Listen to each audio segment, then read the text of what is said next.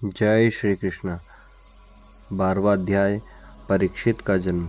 शौनक जी ने कहा, अश्वत्थामा ने जो अत्यंत तेजस्वी ब्रह्मास्त्र चलाया था उससे उत्तरा का गर्भ नष्ट हो गया था, परंतु भगवान ने उसे पुनः जीवित कर दिया। उस गर्भ से पैदा हुए महाज्ञानी महात्मा परीक्षित के, जिन्हें सुखदेव जी ने ज्ञानोपदेश दिया था, जन्म कर्म मृत्यु और उसके बाद जो उन्हें गति प्राप्त हुई, वह सब यदि आप ठीक समझें तो कहें। हम लोग बड़ी श्रद्धा के साथ सुनना चाहते हैं।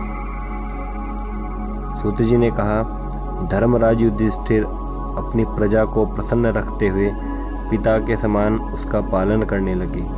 भगवान श्री कृष्ण के चरण कमलों के सेवन से वे समस्त भोगों से निष्प्रह हो गए थे। शौनक आदि ऋषियों, उनके पास अतुल संपत्ति थी। उन्होंने बड़े बड़े यज्ञ किए थे तथा उनके फलस्वरूप श्रेष्ठ लोगों का अधिकार प्राप्त किया था। उनकी रानियां और भाई अनुकूल थे। सारी पृथ्वी उनकी थी। वे जम्बूद्वीप के स्वामी थे और उनकी कीर्ति स्वर्ग तक फैली हुई थी। उनके पास भोग की ऐसी सामग्री थी जिसके लिए देवता लोग भी लालायित रहते थे, परंतु जैसे भूखे मनुष्य को भोजन के अतिरिक्त दूसरे पदार्थ नहीं सुहाते, वैसे ही उन्हें भगवान के सिवा दूसरी कोई वस्तु सुख नहीं देती थी। शौनक जी, उत्तरा के गर्भ में स्थित वह वीर शिशु परीक्षित जब अश्वत्थामा के ब्रह्मास्त्र के तेज से जलने लगा, तब उसने देखा कि उसकी आंखों के सामने एक ज्योतिर्मय पुरुष है। वह देखने में तो अंगूठे भर का है, परंतु उसका स्वरूप बहुत ही निर्मल है। अत्यंत सुंदर श्याम शरीर है।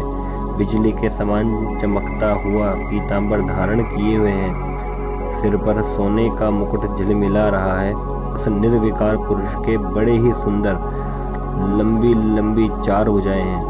कानों में तपाए हुए स्वर्ण के सुंदर कुंडल हैं। आंखों में लालिमा है। हाथ में लूके के समान जलती हुई गदा लेकर उसे बार बार घुमाता जा रहा है और स्वयं शिशु के चारों ओर घूम रहा है। जैसे सूर्य अपनी किरणों से कुहरे को भगा देते हैं, वैसे ही वह उस गदा के द्वारा ब्रह्मास्त्र के तेज को शांत करता जा रहा था। उस पुरुष को अपने समीप देखकर वह गर्भस्थ शिशु सोचने लगा कि यह कौन है। इस प्रकार उस 10 मास के गर्भस्थ शिशु के सामने ही धर्मरक्षक अप्रमेय भगवान श्री कृष्ण ब्रह्मास्त्र के तेज को शांत करके वहीं अंतर्ध्यान हो गए। तदनंतर अनुकूल ग्रहों के उदय से युक्त समस्त सद्गुणों को विकसित करने वाले शुभ समय में पांडु के वंशधर परीक्षित का जन्म हुआ। जन्म के समय ही वह बालक इतना तेजस्वी दिख पड़ता था, मानो स्वयं पांडु ने ही फिर से जन्म लिया हो। पौत्र के जन्म की बात सुनकर राजा युधिष्ठिर मन में बहुत प्रसन्न हुए। उन्होंने धौम्य, कृपाचार्य आदि ब्राह्मण से मंगल वाचन और जातक कर्म संस्कार करवाए। महाराज युधिष्ठिर दान के योग्य समय को जानते थे। उन्होंने प्रजातीर्थ नामक काल में अर्थात नाल काटने के पहले ही ब्राह्मणों को सुवर्ण गोएं, पृथ्वी, गांव, उत्तम जाति के हाथी घोड़े और उत्तम अन्न का दान किया। ब्राह्मणों ने संतुष्ट होकर अत्यंत विनयी युधिष्ठिर से कहा, पुरुवंश शिरोमणि, काल की दुर्निवार गति से यह पवित्र पुरुवंश मिटना ही चाहता था, परंतु तुम लोगों पर कृपा करने के लिए भगवान विष्णु ने यह बालक देकर इसकी रक्षा कर दी, इसीलिए इसका नाम विष्णुरात होगा।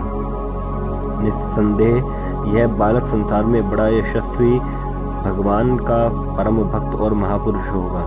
युधिष्ठिर ने कहा, महात्माओं, यह बालक क्या अपने उज्ज्वल यश से हमारे वंश के पवित्र कीर्ति महात्मा राजर्षियों का अनुसरण करेगा?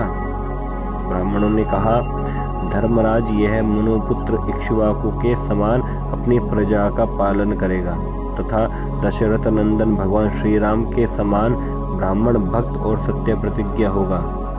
यह उशी नरेश शिवी के समान दाता और शरणागत वत्सल होगा तथा याज्ञियों में दुष्यंत के पुत्र भरत के समान अपने वंश का यश फैलाएगा। धनुर्धरों में यह सहस्त्रबाहु अर्जुन और अपने दादा पार्थ के समान अग्रगण्य होगा। यह अग्नि के समान दुर्धर्ष और समुद्र के समान दुस्तर होगा।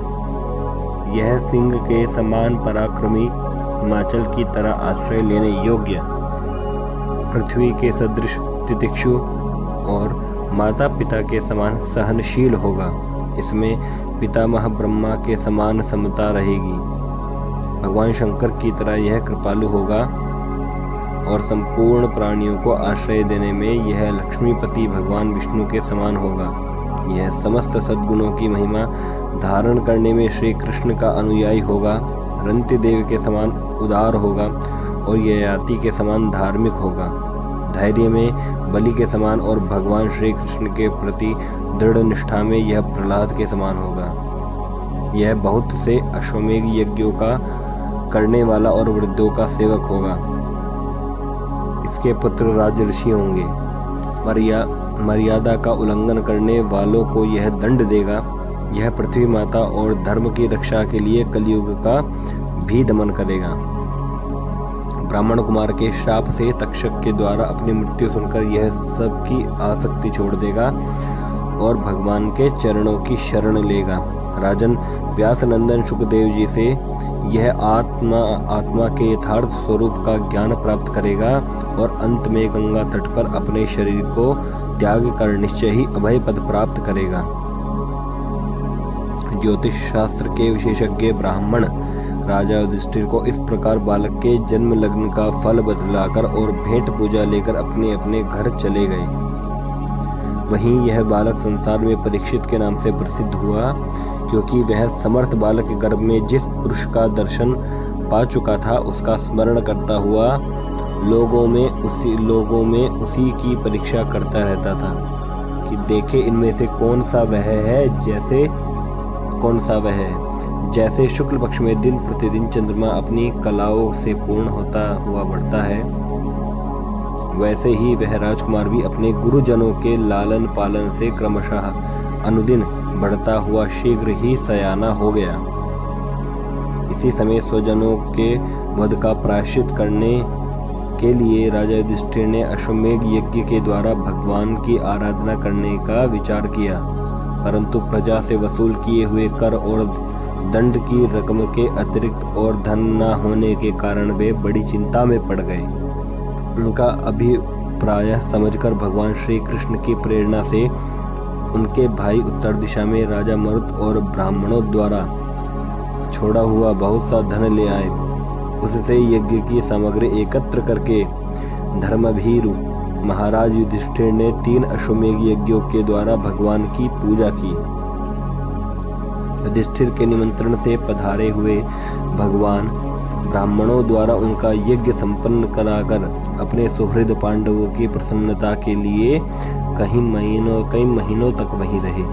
शौनक जी इसके बाद भाइयों सहित राजा युधिष्ठिर और द्रौपदी से अनुमति लेकर अर्जुन के साथ यदुवंशियों से घिरे हुए भगवान श्री कृष्ण ने द्वारका के लिए प्रस्थान किया।